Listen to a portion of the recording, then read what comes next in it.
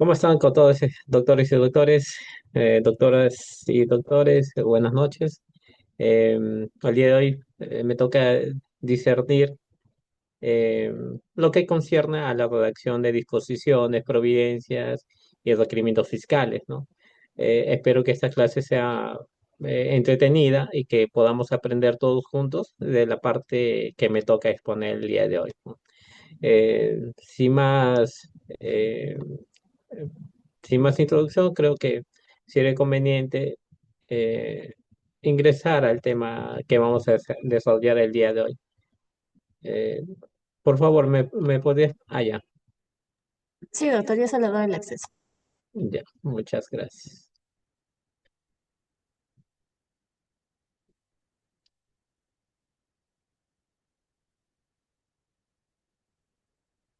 Sí, pueden ver mi pantalla, no sé si me pueden confirmar.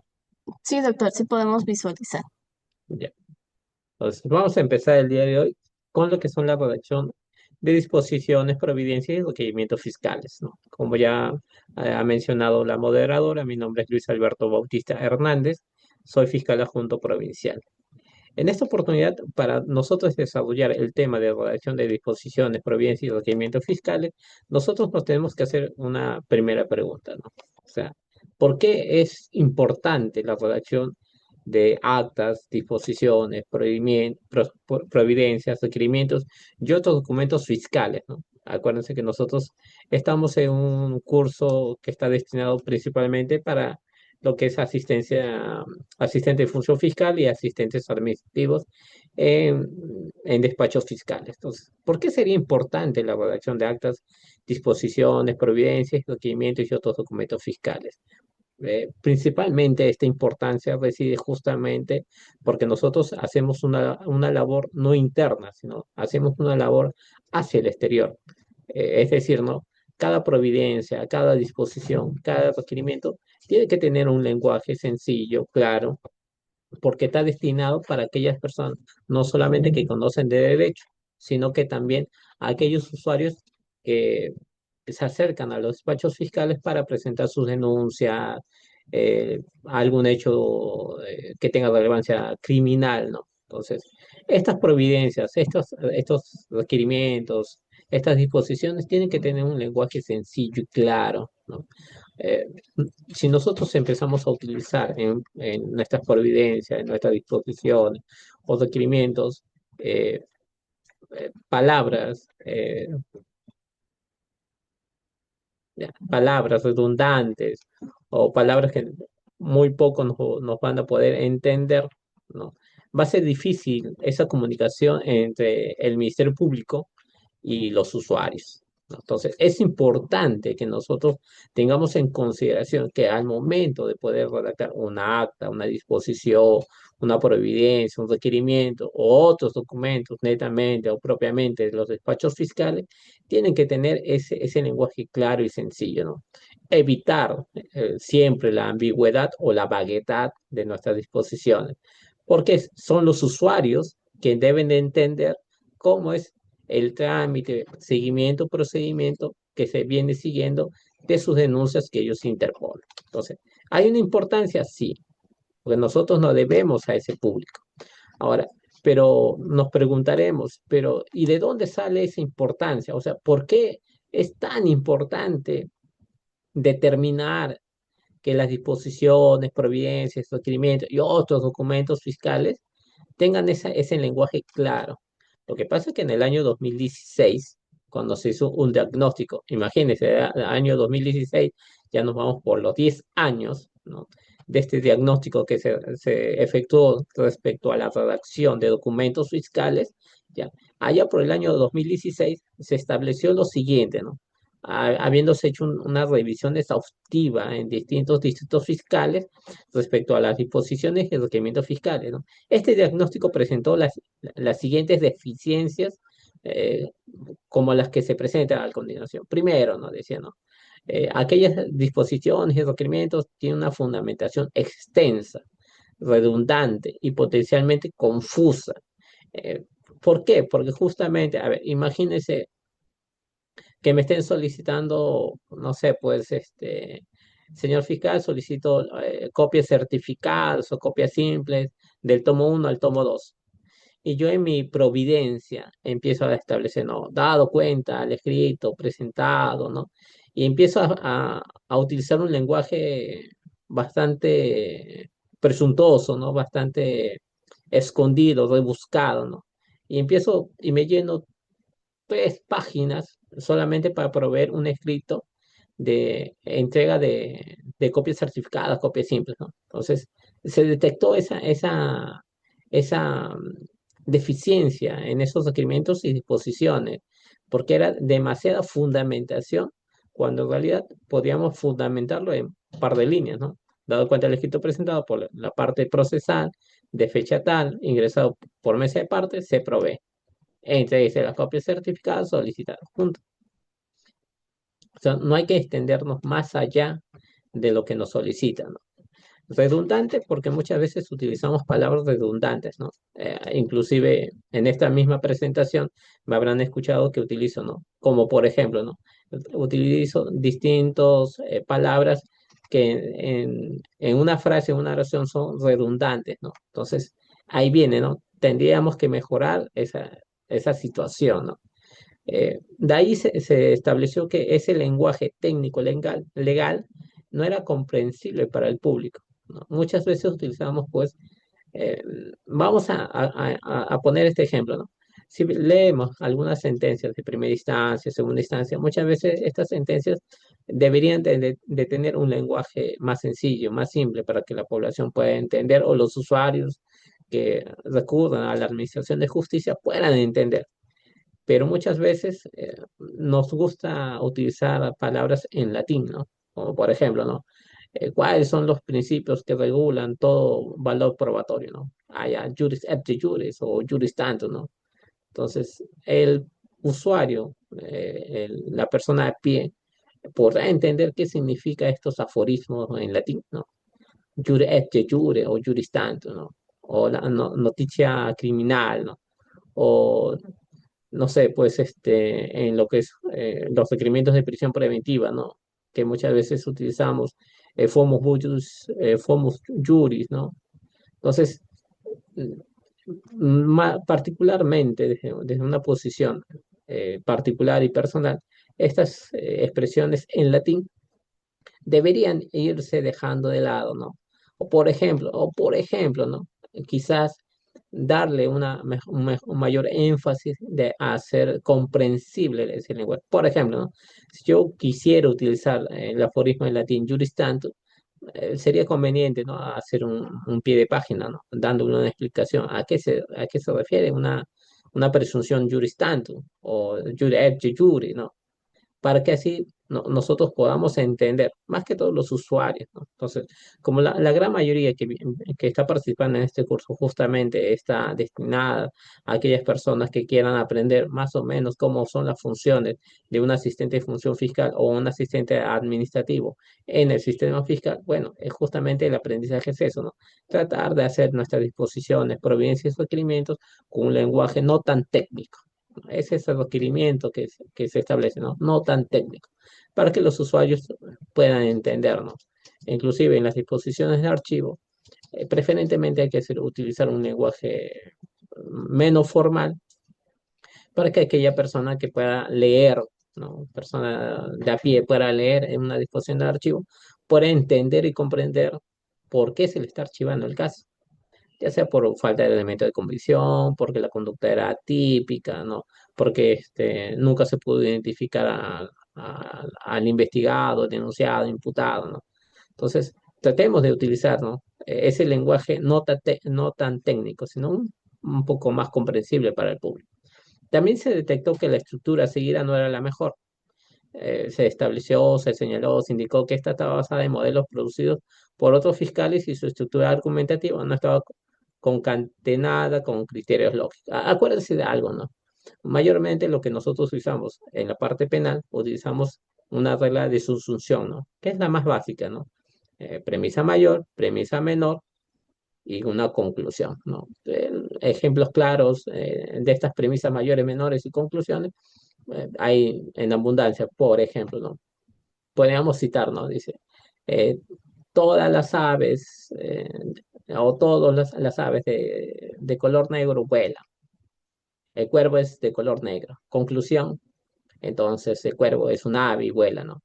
Entonces, esa forma lógica que nosotros podemos utilizar en nuestra providencia, disposición y requerimiento es la que se necesita. O sea, utilicemos pues una premisa mayor, que es donde se va a subsumir la premisa menor para llegar a una conclusión y no llegar a situaciones en las cuales puedan ser confusas las ideas que nosotros podamos tratar de extender al usuario que se acerca a la administración de justicia, ¿no?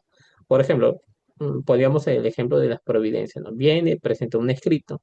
Entonces, ¿cuál es la premisa mayor? La premisa mayor es que todo escrito a través de la cual se solicita una copia certificada, simple, esta es gratuita. Si es que lo están solicitando, entonces nosotros le tenemos que brindar las copias certificadas o simples de forma gratuita. Entonces, utilizamos una premisa mayor que es, ¿no? Toda solicitud de escrito es gratuita. La entrega de toda copia certificada o simple es gratuita. Luis presentó su escrito solicitando copias certificadas o simples. Conclusión, la fiscalía debería de darle las copias simples. Entonces, utilicemos ese lenguaje, ¿no? Una regla lógica básica, que es la subsunción, para poder eh, mm, redactar de mejor manera aquellas disposiciones, providencias y requerimientos. No solamente en la entrega de copias, sino va a haber situaciones en las cuales la solicitud o la petición de los usuarios sean un poquito complejas, pero utilicemos esa regla lógica, ¿no? Premisa mayor, premisa menor y una conclusión, que es la regla más básica en lo que es en cuanto a la redacción de documentos, ¿no? Es una regla básica. En las disposiciones también, ¿no? Si queremos hacer un análisis de un delito, por ejemplo, ¿no? De hurto, ¿no? Que establece, ¿no? ¿Qué es hurto? ¿Qué es el hurto? Bueno, es una categoría del derecho penal en el cual, que establece de que aquella persona que sustrae aquel objeto o bien patrimonial del lugar donde se encontraba se pueda considerar como delito de hurto. Esa es una premisa mayor. ¿Cuál sería la asunción? Ah, ya. Luis sustrajo de manera ilícita, ¿no? Un objeto patrimonial de Carlos del objeto donde se encontraba. Conclusión, Luis cometió el delito de hurto. Entonces, esa regla lógica lo podemos utilizar en el análisis de nuestras disposiciones. Sencilla, premisa mayor, premisa menor y conclusión. Y no tendríamos que redundar demasiado en situaciones que son menos complejas. Delito de hurto podemos utilizar una casación en la cual nos establezca cuáles son los elementos de tipo penal. Si es que la conducta de Luis se subsume en cada elemento del tipo penal, podríamos decidir y concluir que Luis cometió el delito de hurto. Entonces, utilicemos esas reglas. Otras dentro del diagnóstico que se pudo detectar es que no se sigue la secuencia de los hechos. Entonces, igualito, ¿no? Regla de la lógica, ¿no? No podemos empezar por una premisa menor, de ahí nos hizo por la conclusión y terminar en una premisa mayor. No, o sea, hay una forma de cómo podemos proveer escritos, emitir disposiciones y reglamentos. Hay una manera, una secuencia de hechos que podemos empezar, ¿no? Como por ejemplo, ¿no? Cuando nosotros redactamos el hecho denunciado, el hecho imputado, la descripción del hecho, ¿no? Siempre particularmente empezamos por el día, la fecha y la hora. ¿Por qué? Porque ahí nos estamos determinando, nos estamos enfocando, nos estamos ubicando en un tiempo y espacio. ¿Qué es lo primordial que nosotros tenemos que tener en un hecho imputado? Día y hora. Nos ubicamos en el... No voy a empezar, ¿no? Describiendo el hecho imputado por la parte final, ¿no? Luis hurtó a Juan, ¿no? Y de ahí nos vamos a pasar por la parte de la mitad en la redacción, recién poner fecha y hora, ¿no? Entonces, hay que tener una secuencia de hecho, ¿no? ¿Cómo inició el hecho, ¿no? Entonces, siempre, mayormente, ¿no? Redactamos de esta manera, ¿no? De acuerdo a los actuados, se puede advertir o se puede verificar que el día tal, de fecha tal, Luis, en circunstancias que se encontraba caminando por la Plaza San Martín, fue objeto de la sustracción de su billetera por parte de Carlos. Algo sencillo, no tan redundante y es bastante preciso y conciso. ¿Qué estoy haciendo ahí? Yo estoy describiendo una conducta que se asemeja o que se subsume en un tipo penal. Entonces, una secuencia de hechos. No podemos eh, ir cortando ideas, ¿no? Y las ideas son importantes para que que los usuarios que se acercan dentro del Ministerio Público o dentro del Poder Judicial puedan entenderlo. También se detectó que se usan términos que no se entienden, son innecesarios, redundantes o mal empleados, ¿no? O sea, hay palabras, ¿no? Particularmente que yo utilizo para poder determinar ciertas situaciones. Por ejemplo, ¿no? Yo mayormente utilizo la palabra circunstancias, ¿no? Eh, eh, ¿Por qué? Porque me parece que la palabra en un hecho imputado nos demostraría cuál es el actuar antecedente del hecho que quiero demostrar. Por ejemplo, ¿no? Luis, en circunstancias, ¿no? ¿Qué estoy diciendo, no? Un momento determinado, en un tiempo determinado. ¿Cuál? Con la conclusión, ¿no? Luis, en circunstancias que se encontraba caminando por la Plaza San Martín, entonces ya hay una relación de hechos, ya hay una idea principal y una idea secundaria. Entonces, hay que utilizar palabras que nosotros podamos entender y que los usuarios también nos puedan entender, ¿no?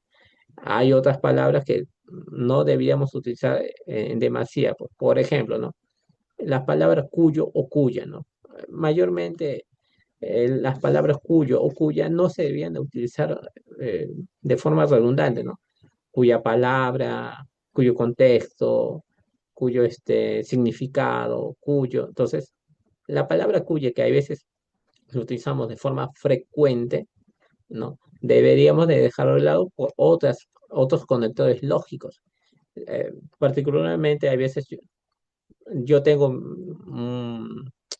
mi folder donde tengo diversos conectores lógicos, por ejemplo, de tiempo, espacio, en forma indefinitiva, conectores de inicio, conectores de causalidad, de números, enumeración, secuencias. Entonces, los conectores lógicos, si utilizábamos en un párrafo distintos conectores lógicos, la propia práctica nos va a ir poco a poco a poder mejorar nuestra redacción y no estar utilizando siempre los mismos conectores lógicos, ¿no? Por ejemplo, ¿no? Los conectores lógicos que mayormente se puede utilizar, ¿no? Asimismo, ¿no? ¿Qué otra forma se puede utilizar de asimismo dando esa idea? De igual manera, de igual forma, eh, de igual determinación. O sea, podemos utilizar los mismos conectores lógicos, no. Hay un sinnúmero de conectores lógicos que no puede, que nos pueden utilizar, que nos pueden, este, que nos, que nos puede ser útiles al momento de redactar nuestros requerimientos, providencias y disposiciones, ¿no? Otra palabra que es bastante redundante y es mal empleado es el famoso queísmo, ¿no? O sea, antiguamente sí se empleaba, ¿no? Por ejemplo, ¿no? Primer párrafo, ¿qué? ¿No? Que el señor estaba en ese sitio, que asimismo, que eh, la circunstancia en la cual apareció, que. Entonces, si ustedes ven la redacción de algunas resoluciones judiciales antiguas, van a ver que considerando uno, ¿qué? Considerando dos, ¿qué? Considerando tres, ¿qué? Considerando cuatro, ¿qué? Entonces, a eso se le determinó en un momento que era un queísmo. Y eso estaba mal porque en realidad tendríamos que mejorar una redacción y olvidarnos de eso, porque en realidad los conectores de inicio podrían ser variados, ¿no? O sea, no necesariamente recurrir al queísmo para facilitar nuestra labor, cuando en realidad nuestra labor es que podemos mejorar y hacer el lenguaje más simple y más sencillo para los usuarios que se acercan a la administración de justicia, ¿no? Olvidemos eso del queísmo, ¿no? Y eso se determinó hace muchos años que debíamos de dejar el queísmo, ¿no? Otro, otro diagnóstico que se determinó es el estilo rimbombante y extenso. En ocasiones no se usa una voz sonora y esto dificulta la comprensión del texto, ¿no? Como le decía, ¿no? O sea, muchas veces cuando se lee un texto, una disposición, una providencia, un requerimiento, nosotros teníamos que tener en consideración cómo es que nosotros queremos que la otra persona escuche cuando lea nuestra disposición. ¿En qué sentido cuando digo escuche? No, es como en nuestra cabecita, cuando empezamos a leer, empezamos a darle una tonalidad, ¿no? Altos y bajos, ¿no? Y cuando se da esos altos y bajos, podemos entender qué es lo que nos quieren decir. Por eso es muy práctico, simple y sencillo aprender un poquito del uso de los signos gramaticales, los signos de la gramática, mayúsculas, minúsculas, comas, comas seguidas, comas comunicativas, ¿no?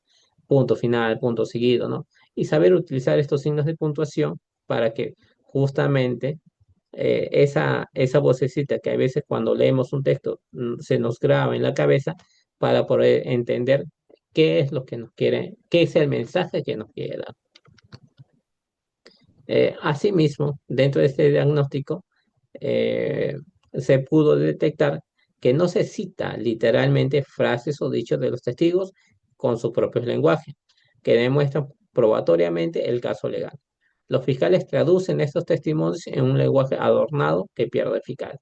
Eh, Ahí nosotros tenemos que tener un poquito de cuidado, ¿no? O sea, no necesariamente se debe citar literalmente, o sea, hay formas de cómo redactar una declaración. Por ejemplo, ¿no? Si viene una persona y en realidad sus ideas son muy mezcladas, si nosotros lo tipiamos como nos lo dicen los testigos, la persona que lea esa declaración muy poco lo van a entender. Quizás el que lo redacte o el que esté recibiendo la declaración, de repente sí lo puede entender, pero no necesariamente cuando otra persona pueda leer esa declaración lo vaya a entender.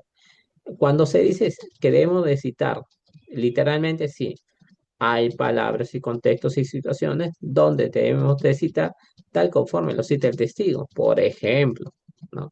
Si el testigo nos dice, me dijo palabras oeces, pero en su declaración, para no sonar tan brusco, tan, eh, tan tosco, cambiamos las palabras, las lisuras que él no quiso decir y ponemos, ¿no? Y dijo diversas palabras soez. Pero, ¿qué significa palabra soez? O sea, ¿cuál es el contexto?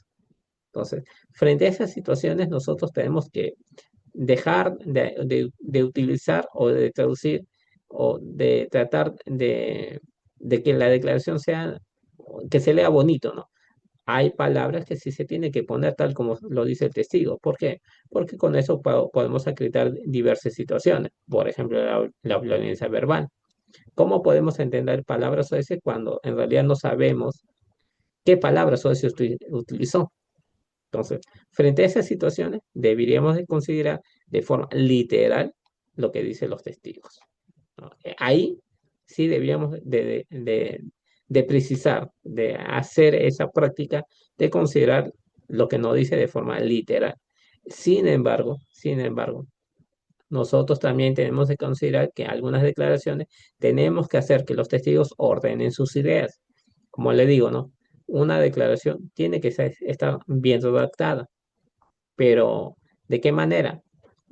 Ordenada en el sentido de que podamos extraer de los testigos una, un orden de ideas. No podemos decirle, pues no, a ver, señor, declare y nos llene 5 hojas de texto y un poco comprensible, no nos vaya a transmitir la idea o el mensaje que nos quiere dar a través de su declaración, la información que ellos manejan. Entonces, preferentemente sería una buena recomendación y de repente ustedes lo han visto en televisión, en algún programa televisivo criminalístico, que primero lo que se hace es, se sienta con el testigo y se le entrevista de forma no formal, ¿no? Se le entrevista allá, a qué vienes, dónde trabajas, cómo has estado, ¿no? Tienes conocimiento de por qué se te está citando en este despacho fiscal o en esta comisaría, tú qué has hecho, qué has pensado, que no. Entonces, ¿qué hacemos? Le sacamos la información para que al momento de que yo le formule o le formulemos algunas preguntas, sea más fácil de entender. Por ejemplo, ¿no? Si en esta conversación coloquial que nosotros tenemos con los testigos, y eso lo utiliza la policía, ¿no? Primero, ¿qué hacen? Se sientan en el escritorio o se sientan en un espacio donde está el comisario y le preguntan, ¿no? Oye, ¿y por qué hiciste eso? No. Pues supongamos que estamos investigando un tema de robo agravado y el testigo dice, ¿y por qué hiciste eso? eh, ¿Qué? ¿No tienes dinero? ¿No trabajas? Entonces, el testigo que está sentado, que aún no está en una declaración propiamente dicha, él te empieza a narrar toda la situación, todo el contexto, todo el hecho, todo lo que ha sucedido en un determinado tiempo y espacio. Y eso, al momento de que tú le tomes la declaración, ya lo vas a tener en cuenta y podrás redactar de manera más clara y precisa o podrás decirle a tu testigo que pueda declarar de manera más clara y precisa lo que uno pretende consignar o dejar constancia en una declaración. Lo siguiente, ¿no? O uno de los diagnósticos que también se pudo observar y determinar es que no se revisa ni se edita el texto final. Esto genera que algunos errores no sean corregidos, ¿no? Comúnmente, pues nosotros redactamos las disposiciones en forma apresurada, tipeamos y al final no le damos una lectura final, ¿no? Entonces, lo que se recomienda es que se haga esa lectura final, ¿no? Una, dos, hasta tres veces para poder conectar que esa idea tenga una secuencia de ideas y que cada conector lógico, cada conector tenga una idea esté concatenada a la siguiente idea, ¿no? O sea, que tenga una secuencia, un orden de ideas y que puedan de esta manera los usuarios puedan entender qué es lo que queremos decir. Eh, para concluir esta parte, también se detectó que no se corrigen las faltas ortográficas. Actualmente el Ministerio Público utiliza el software OpenOffice. La gran mayoría de fiscalías a nivel Lima o a nivel nacional, ¿no? Siempre se viene utilizando este software, ¿no? OpenOffice, ¿no? Inclusive para subirlo al SGF. El SGF nos conlleva a este software, ¿no? Entonces, mayormente el OpenOffice no maneja las reglas de la ortografía y eso conlleva como consecuencia a que nosotros cometamos errores, ¿no? Entonces, poco a poco, nosotros tendríamos que ir redactando a través de este software documentos Word de manera de que podamos manejar por lo menos las faltas, unas reglas de la ortografía, ¿no? Para poder determinar, para poder expresarnos mejor, ¿no? Que tenga la redacción de una mejor manera, que podamos determinar o podemos expresar lo que queremos comunicar al ciudadano de pie, ¿no? Entonces, hay que tener en cuenta eso, ¿no? Que el Open Office no tiene esa característica como tiene el Microsoft, ¿no? O el Office, ¿no? Entonces, por ahí tendríamos que ingresar a estas páginas de internet de la Real Academia Española para poder buscar pues cómo se escribe cada palabra, ¿no? Frecuentemente hay veces nos equivocamos A sin H, A con H, ¿no? Hay que saber en qué momento utilizamos como verbo haber y solamente estamos utilizando la palabra A como un conector lógico. El último, ¿no? No se emplean ayudas visuales tales como los cuadros, tablets, imágenes. Particularmente o personalmente, me gusta utilizar cuadros y tablas, ¿no? Por la labor que a veces nosotros realizamos, nos conlleva a tener que el manejo de cuadros, tablas o imágenes, ¿no? Para poder dar una mejor visión, una mejor redacción para que los usuarios nos puedan entender. Por ejemplo, ¿no? Yo en mis declaraciones yo utilizo el Google Maps, ¿no? Para justamente ellos me puedan ubicarse, ¿no? Dónde se cometió el delito, cómo es que sucedió y cuál fue las circunstancias concomitantes, ¿no? Posteriores a los hechos que se habrían cometido, ¿no? Entonces, mayormente utilizo Google Maps, ¿no? Hago la captura de imagen y lo inserto en mi declaración. Entonces, ¿eso en qué sentido me ayuda? Justamente en tratar de ubicar cómo se habría cometido el delito, cuál habría sido la secuencia del delito y cuáles serían las circunstancias posteriores del delito. cuando lean una declaración en la cual vean esas imágenes, ya uno más o menos se puede poder visualizar cómo habría sido cometido el delito. Y eso se utiliza porque mayormente, pues, no siempre vamos a trabajar en la misma localidad donde hemos crecido, hemos desarrollado nuestra adolescencia, nuestra juventud, ¿no? Mayormente nos vamos a trasladar a otras ciudades, a otros distritos fiscales donde mayormente no conocemos las calles, ¿no? Entonces, esas imágenes nos van a ayudar a poder entender y comprender por dónde, cómo se habría cometido el delito. O sea, nos ubican en tiempo y espacio, ¿no? Entonces, es preferentemente utilizar estas herramientas que nos ofrece el Internet para poder mejorar, ¿no? Captura de imágenes, Google Maps, otras herramientas que también se puedan utilizar y poder, ¿no?, insertar en nuestras declaraciones. Eso no se encuentra prohibido, sino más bien eso se trata de promocionar que utilicemos esas herramientas para poder mejorar el entendimiento entre el usuario y los que ejercemos la función pública. En ese sentido, ¿no?, tal como nos dice la imagen, ¿no?, es importante determinar el mensaje. ¿Qué es lo que queremos enviar al receptor, ¿no? ¿Qué es lo que queremos transmitir al receptor, ¿no? O sea, hay una codificación, hay un canal. Entonces, ese mensaje tiene que ser claro, tiene que ser sencillo, para que por lo menos el receptor pueda entender qué es lo que nosotros queremos transmitir. Eh, habiendo realizado esta introducción de por qué es importante la redacción de disposiciones, requerimientos y providencias, ahora vamos a pasar a la base legal, ¿no? O sea, ya aquí entramos a un poco de práctica, ¿no? Para que poder mejorar en nuestras labores diarias que nosotros ejercemos o aquellas personas que se están preparando para postular a una plaza como asistente de función fiscal o asistente administrativo, por lo menos cuando den sus exámenes hay algunas preguntas que se realizan en base a lo que es la redacción de documentos, ¿no? E inclusive en las entrevistas personales te hacen preguntas si es que has tenido algún curso, alguna práctica, alguna experiencia en lo que es la redacción de documentos, ¿no? Entonces, nosotros, para saber dónde se encuentra la base legal de las disposiciones, providencias y requerimientos, nosotros tenemos que recurrir al Código Procesal Penal, ¿no? En el Código Procesal Penal, en el artículo 222.1, establece qué son los ámbitos de intervención del Ministerio Público. Entonces, a diferencia del Poder Judicial, que ellos emiten resolución, autos, decretos y sentencias, nosotros dictamos o emitimos disposiciones, providencias y formulamos requerimientos. Entonces, esta forma, este ámbito de intervención dentro del proceso por parte del Ministerio Público está contenido en este artículo. Para poder más o menos ir ingresando al tema que nos toca el día de hoy, al tema que vamos a desarrollar, nosotros tenemos que establecer qué son providencias, qué son disposiciones y qué son requerimientos.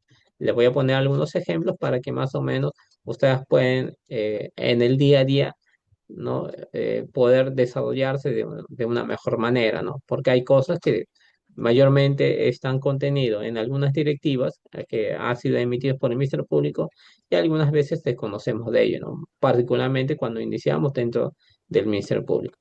En principio, cuando hablamos de providencias fiscales, eso está contenido en el artículo 122.3 del Código Procesal, establece que las providencias se dictan para ordenar materialmente la etapa de investigación. Y aquí entramos a detallar, es una etapa de investigación, son la investigación preliminar y la investigación propiamente dicho, investigación preparatoria.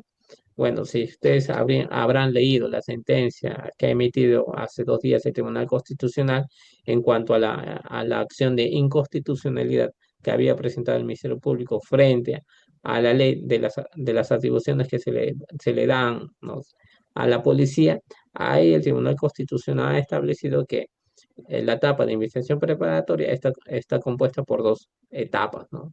Una subfase, que sería la investigación preliminar, y la otra, la etapa propiamente dicha, que es la investigación preparatoria. Entonces, cuando dice, cuando se señala, se precisa que las providencias se dictan para ordenar materialmente la etapa de investigación, justamente está referida o está citada en relación a ello, ¿no? ¿Qué etapa de investigación? Preliminar y la etapa de formalización o la investigación preparatoria. ¿No? Hay que tener un poquito eh, de crítica cuando dicen de la subfase de la investigación preliminar, porque ahí ya nos conlleva un problema de plazo. Entonces, no voy a hablar sobre ello, pero dejo constancia de que deberíamos de tomar posiciones respecto a si es que en realidad la investigación preparatoria sería una subfase de la investigación preparatoria. ¿Por qué no? ¿Por qué sí? Porque en realidad nos va a conllevar mayormente hacia adelante a que existan un control de plazo, porque si decimos que es una fase, una subfase, eh, nos da a entender que sería un solo plazo. El de investigación preparatoria e investigación preliminar sería un solo plazo. Entonces, por ahí tendríamos que ir manejando dogmáticamente cuál va a ser la posición que vamos a adoptar en nuestras labores, ¿no? Entonces, las providencias fiscales que están contenidas son aquellas que se editan para ordenar materialmente la etapa de investigación. Y ahí surge una consulta que muchas veces nos dicen a nosotros, ¿no? ¿Y quiénes emiten las providencias fiscales? El fiscal provincial, el fiscal adjunto, ¿no?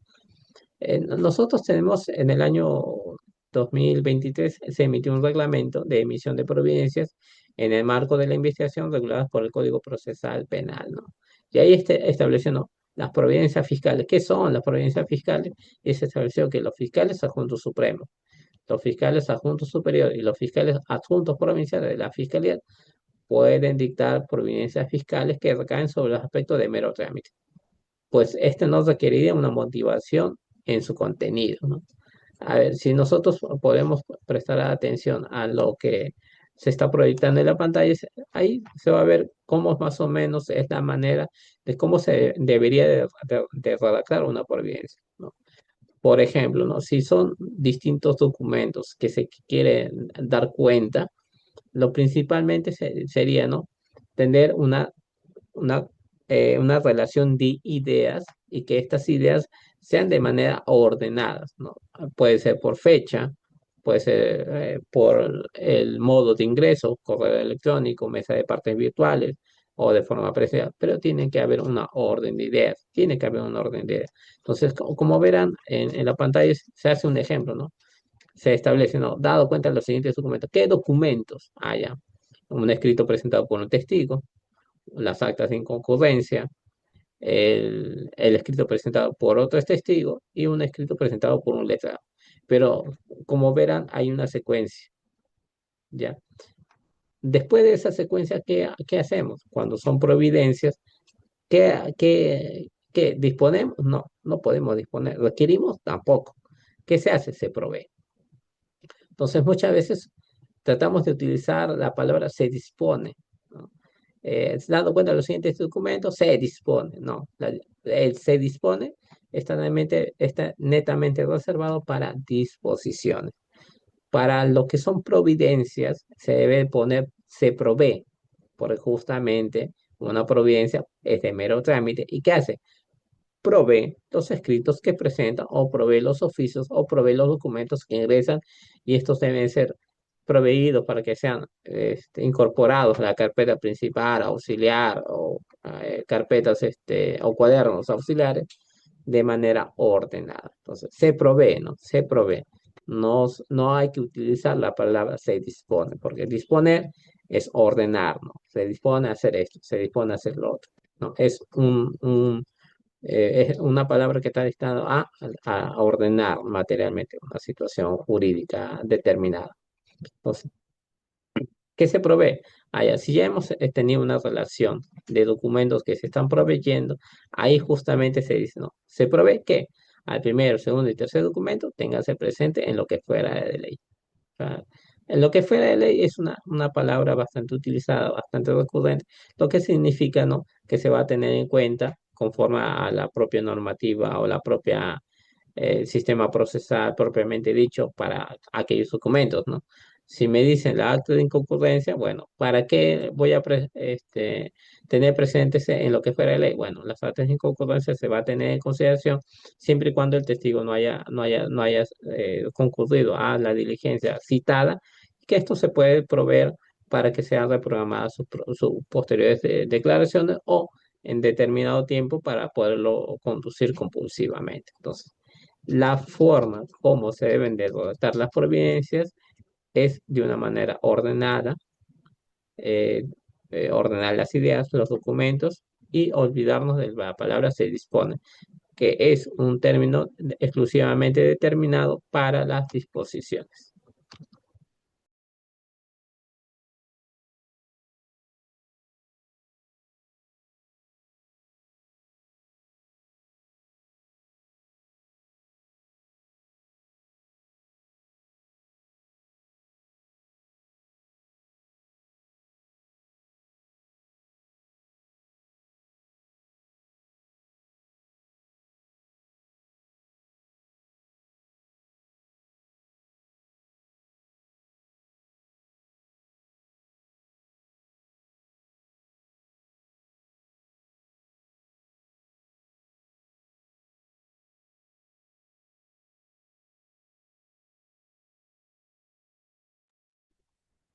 Ya. Entonces, continuamos con la presente exposición. Nosotros tenemos que tener en consideración una primera observación y una primera pregunta, ¿no? ¿Habrá o existirá dentro de nuestro sistema normativo alguna providencia que sí se requiera motivación? Entonces, en principio, como habíamos señalado en la anterior, eh, mm, a ver un momentito,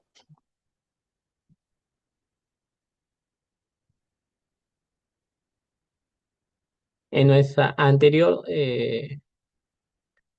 diapositiva habíamos establecido que las providencias solo recaen en aspectos de mero trámite, no requiere una motivación en su contenido.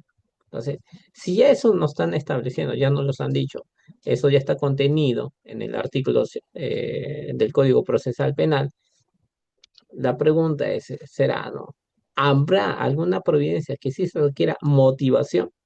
Bueno, como nosotros comprenderemos, la Junta de Fiscales Supremos muchas veces determina o reglamenta ciertas situaciones jurídicas o normativas para que hacer la labor del fiscal, para hacer que la labor del fiscal sea un poquito más sencilla, más llevadera, ¿no? Entonces, en esa pregunta, ¿habrá alguna providencia? Sí. Esto sucede cuando la denuncia tiene relevancia penal, pero debe ser conocida por la Fiscalía competente del distrito fiscal o por el órgano superior competente. Aquí, ¿qué dice, no? Que el fiscal deberá remitir la denuncia mediante una providencia de remisión de denuncia. Entonces, si es que ingresa una denuncia a mi despacho y esta denuncia, ya sea cuando lleve aquellos actos de investigación necesarias para yo determinar si es que este hecho conlleva una sospecha suficiente de la comisión de un delito, pero considero que no soy competente para seguir investigando, ¿cómo voy a remitir esta denuncia a autodespacho fiscal? Bueno, esta actuación, ¿no? Que tiene el fiscal no va a ser a través de una disposición, sino va a ser a través de una providencia de remisión de denuncia, pero tiene que estar fundamentada. Entonces, es, sería la única, bueno, hasta la fecha, ¿no? Es la única providencia que sí se necesita, sí se necesita estar debidamente motivada. Entonces, ¿cómo se le llama a esta providencia? Providencia de remisión de denuncia. Entonces, es la única providencia que nosotros debemos de tener en consideración, ¿no? Entonces, esto se los brindo porque muchas veces utilizan disposiciones para remitir denuncias, ¿no? Cuando en realidad lo correcto, de acuerdo, ahorita le voy a mostrar dónde se encuentra el contenido, este lineamiento, esto debe ser a través de una providencia de remisión de denuncia. No es disposición de remisión, no es provisión de inhibición, no. Es una providencia de remisión de denuncia. Ahora, ¿dónde está? ¿Cuál es nuestra base legal? ¿Dónde nos dice que debe ser a través de una providencia? Bueno, en principio vamos a tratar de ilustrarnos que en el año 2018 se emitió una instrucción general denominada Lineamientos para la gestión de denuncias y casos. ¿Ya? Voy a repasar algunos artículos para nosotros entrar, ¿no? Poder entender por qué, ¿no? Por qué hay una providencia a través de la cual nos citan o nos indican de que debemos de remitir a ciertas denuncias para que sea de competencia de otros despachos fiscales. Bueno, en principio, en el artículo o en el punto 6.2.3 respecto a la calificación de denuncias, establece lo siguiente, ¿no? El fiscal al recibir una denuncia de la cual es competente distritalmente, debe calificarla, pronunciándose con relación al hecho conforme a sus facultades, ya sea a través de un archivo liminar de denuncia, una remisión de denuncia o una calificación como es el caso, ¿no? O sea, cuando llega una denuncia a nuestro despacho, a nuestras manos, tenemos tres opciones. ¿Cuáles? La primera opción es archivar liminarmente la denuncia. ¿Por qué? Porque consideramos que el hecho que nos ha puesto de conocimiento no tiene la sospecha simple para poder iniciar una investigación preliminar. Una segunda opción, que es la remisión de denuncia. Nosotros observamos que existen los indicios simples de la comisión del delito, que es de relevancia jurídica penal, pero consideramos que no somos competentes. Entonces, ahí hacemos una revisión de denuncia. Y un tercer caso, que es si es que a través de los elementos que nos han presentado o los hechos que nos han puesto de conocimiento y después de la calificación, observamos que esto sí tiene una sospecha simple de una comisión. O sea, que el hecho que nos están poniendo de conocimiento es un hecho jurídicamente posible para el derecho penal. Más adelante, en este alineamiento, en el punto 6.2.3.2, respecto a la calificación de denuncias, nos dice que la sola inferencia, escuchen bien esto, ¿no? La sola inferencia, especulación o enunciado de un delito vinculado a delitos de competencia de las fiscalías especializadas en una denuncia de parte o una iniciada de oficio, sin ningún elemento fáctico que lo sustente, no justificará la remisión de la denuncia. Por lo cual, la Fiscalía deberá continuar con el trámite correspondiente, adecuando los hechos denunciados a los delitos de su competencia. Ojo, aquí hay que tener en consideración ello. O sea, porque yo recibo una denuncia, por ejemplo, yo trabajo en una Fiscalía de Derechos Humanos y yo recibo una denuncia, por ejemplo, de organización criminal, porque el título lleva organización criminal.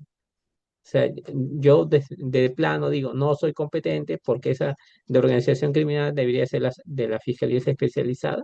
Es así. Bueno, lamentablemente en la Instrucción General número 1/2018 nos dice que no, que se necesita un mínimo de actividad para poder determinar si es que efectivamente esto es un hecho, una denuncia que correspondería a derivar a una fiscalía especializada o debería realizarlo yo. En muchas ocasiones, ya en muchas ocasiones, cuando se presentan las denuncias, se empiezan a denunciar a los aforados, ya sea congresistas, miembros del Tribunal Constitucional, de la Junta Nacional de Justicia, ¿no? Por el simple hecho, por el simple hecho de que estos sujetos activos sean considerados como miembros aforados, ¿ya? Nosotros inmediatamente, las fiscalías provinciales, las superiores, inmediatamente la enviamos a la Fiscalía de la Nación. Y la Fiscalía de la Nación siempre nos dice lo mismo. Señores fiscales, antes de derivar una denuncia, antes de elevar una denuncia, cuando, cuando se presente esta situación, lo primero que tienen que hacer es realizar una actividad mínima para considerar si es que efectivamente el aforado cometió un delito realizando sus funciones propiamente determinadas en las normas de la materia. O sea, igualito, en el mismo sentido, se viene realizando las fiscalías especializadas. Por el simple hecho de que yo denuncie, por ejemplo, ¿no? violencia contra la mujer o el grupo de integrantes de esta relación familiar, por el simple hecho de que yo lo mencione, eso no significa de que de frente yo lo tengo que derivar a esa fiscalía especializada. No, tiene que tener un mínimo de actividad o un mínimo de indicios, de elementos que puedan constituir que efectivamente no solamente existe una sospecha simple, sino que a su vez tengo que tener esta peculiaridad de que no es de mi competencia. Solo así podría yo remitir, ¿no?, a través de una providencia el caso que se ha puesto de mi conocimiento. Solo así. Entonces, a través de esta instrucción general y las veces que la Fiscalía de la Nación, ¿no?, nos vienen, ¿no?, devolviendo las denuncias, siempre nos vienen repitiendo, por favor, hagan un mínimo de actividad para poder verificar si efectivamente por la competencia debían ser remitidos o de su conocimiento los hechos que vienen siendo denunciados. Solo así. Entonces, esa es una parte muy importante que nosotros debemos de tener al momento de estar proyectando en estas disposiciones, providencia o requerimientos, ¿no? Debemos de tener un mínimo de actividad.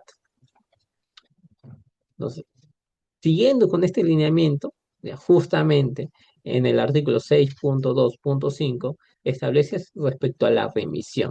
Y justamente lo que les decía, ¿no? Ahí se establece que se indica si la denuncia tiene relevancia penal, pero debe ser conocida por la fiscalía competente del distrito fiscal o por el órgano jurisdiccional superior competente, el fiscal deberá proceder a remitir la denuncia mediante una providencia de remisión de denuncia. O sea, solo así es la única providencia que debe estar debidamente motivada. ¿Por qué debidamente motivada? Porque yo tengo que establecer por qué yo no soy competente y por qué la fiscalía a la cual voy a remitir es competente. Por el ejemplo que yo le ponía de los aforados. Si es que yo solamente lo reenvío porque digo, el sujeto activo es un aforado y por lo tanto debe ser conocido por la Fiscalía de la Nación y lo envío a través de una providencia de remisión de denuncia. Lo primero que va a hacer la Fiscalía de la Nación a través del grupo o de los colaboradores que conforman la Fiscalía de la Nación, lo primero que va a decir, ya, no hay calificación, no hay actividad probatoria, devuélvase. Entonces, ¿quién es el más perjudicado de todo ello? El ciudadano. Ahora, estoy poniendo un ejemplo respecto a la Fiscalía de la Nación. Imagínense cuando hablamos de denuncias, ¿no?, por ejemplo, de hurto, libramiento indebido, en las cuales no podemos determinar si esto fue cometido de tal o cual manera, o de estas fiscalías especializadas. Acuérdense que desde una fecha en que ha sido creada el Ministerio Público a la fecha de hoy, hay un sinnúmero de fiscalías especializadas, lavado de activos, fiscalías de organización criminal, corrupción, derechos humanos, violencia contra la mujer y grupo vulnerable, fiscalías comunes en materia ambiental, ciberdelincuencia. Entonces, a la fecha ya existe un sinnúmero de fiscalías especializadas y que nosotros tenemos que tener en consideración que cuando queremos remitir una carpeta a otra fiscalía, por lo menos debemos de tener un mínimo de actividad probatoria para determinar esa competencia y no esperar pues esas malas praxis de presentar el conflicto de competencias negativos, ¿no? O sea, perdemos tiempo, ¿no? Y aquí el perjudicado siempre va a ser el ciudadano de a pie. Eh, Hasta ahí nosotros tenemos todo lo que son el tema de la única providencia que podría ser, debería estar debidamente motivada. Entonces, como les decía, ¿no? En cuanto a quienes deben emitir estas providencias, acuérdense, ¿no? De acuerdo al artículo 5 de este reglamento, se dice que la emisión de providencias son emitidas por los fiscales adjuntos. ¿Adjuntos de quién? De los fiscales supremos, superiores y los fiscales provinciales. Son sus adjuntos quienes deben de, de darle trámite a cada carpeta fiscal a través de providencia. No emiten de ninguna manera, en ninguna circunstancia, disposiciones. La única manera de que un adjunto pueda emitir una disposición es cuando se encuentra a cargo del despacho. La única manera es la excepcionalidad. Solamente en esa situación podría emitir una disposición. En tanto, solamente puede emitir providencias. Siguiendo con el tema de la emisión de providencias, nosotros tenemos que tener en cuenta que el reglamento, hay un reglamento del año 2023 que que ha establecido la emisión de providencias en el marco de la investigación regulada por el Código Procesal Penal. ¿Qué dice este reglamento?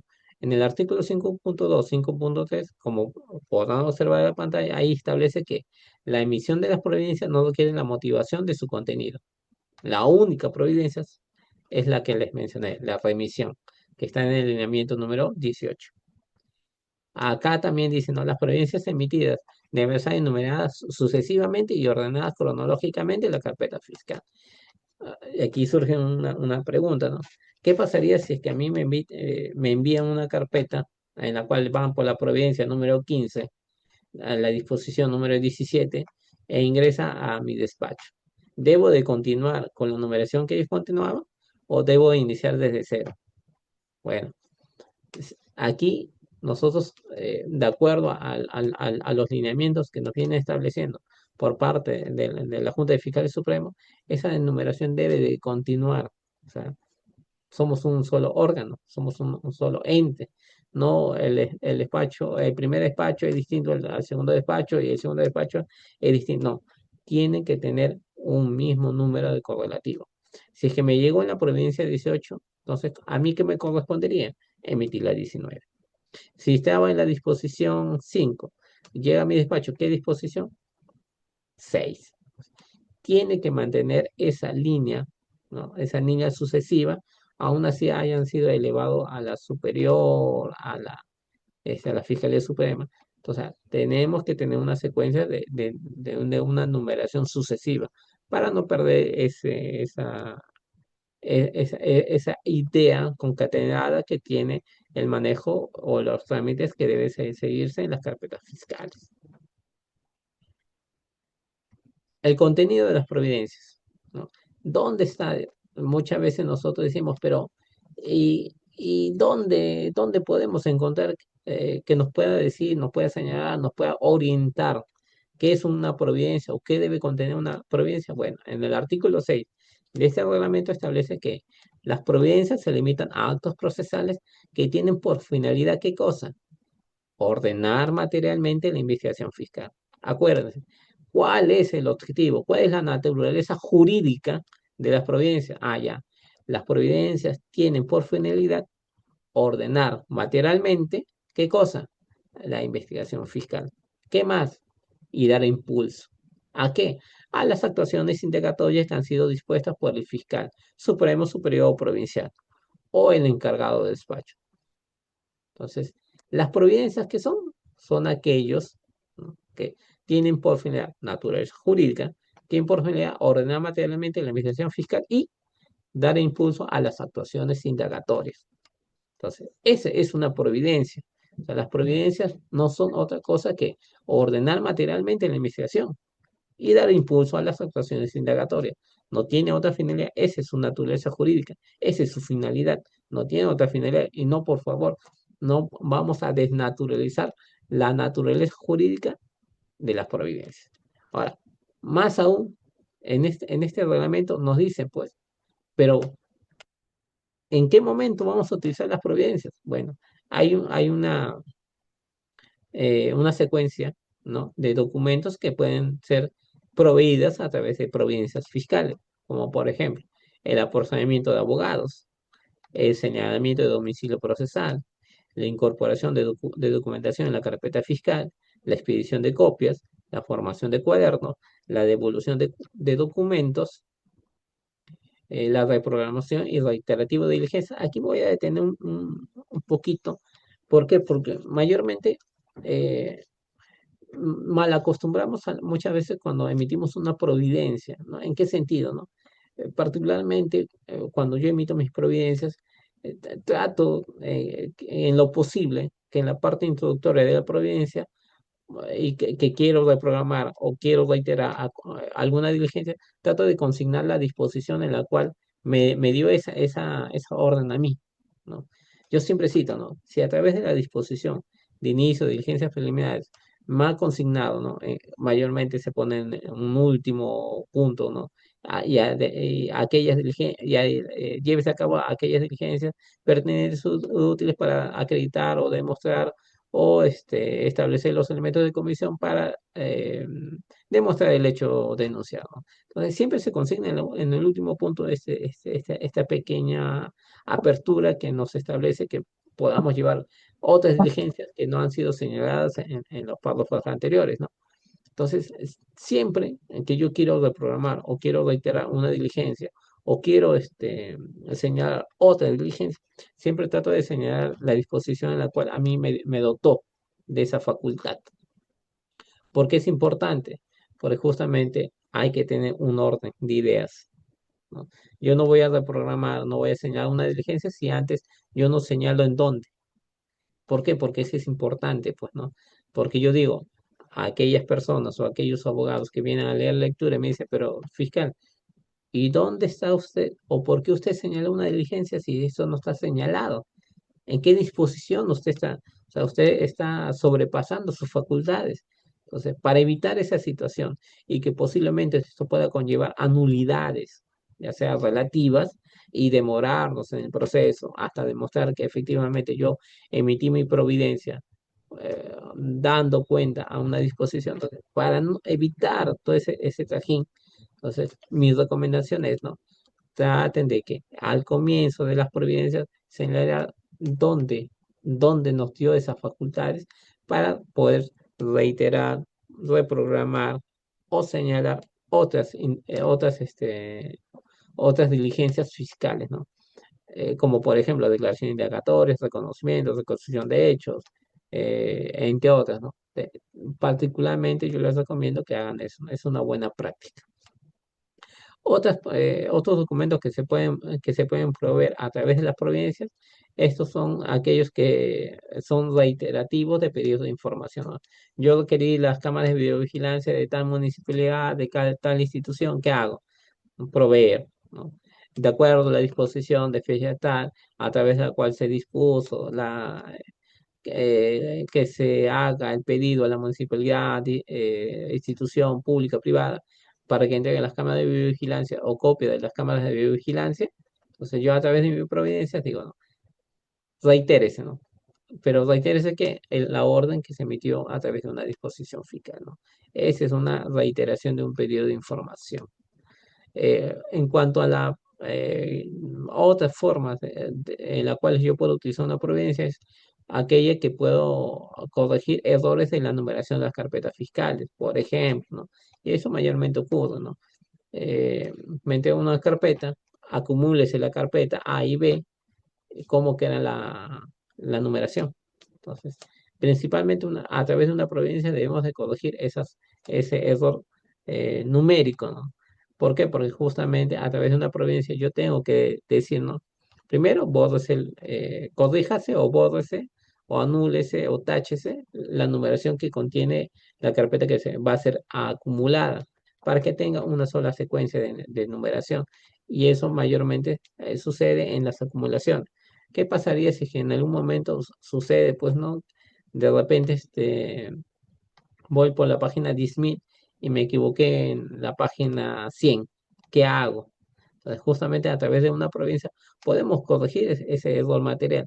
No necesariamente volver a numerar, ¿no? Todas las hojas, ¿no? Hay soluciones más prácticas que se pueden utilizar a través de providencias. Y finalmente, se establece a través de este reglamento que las providencias se pueden utilizar en toda actuación y o pedido que no se requiera expresa motivación dispuesta por la ley, de conformidad con el numeral 6.2 del presente reglamento. Ojo, nuevamente, pero la única providencia que sí debe ser motivada es la de remisión de denuncia. Es la única providencia que se necesita esa motivación.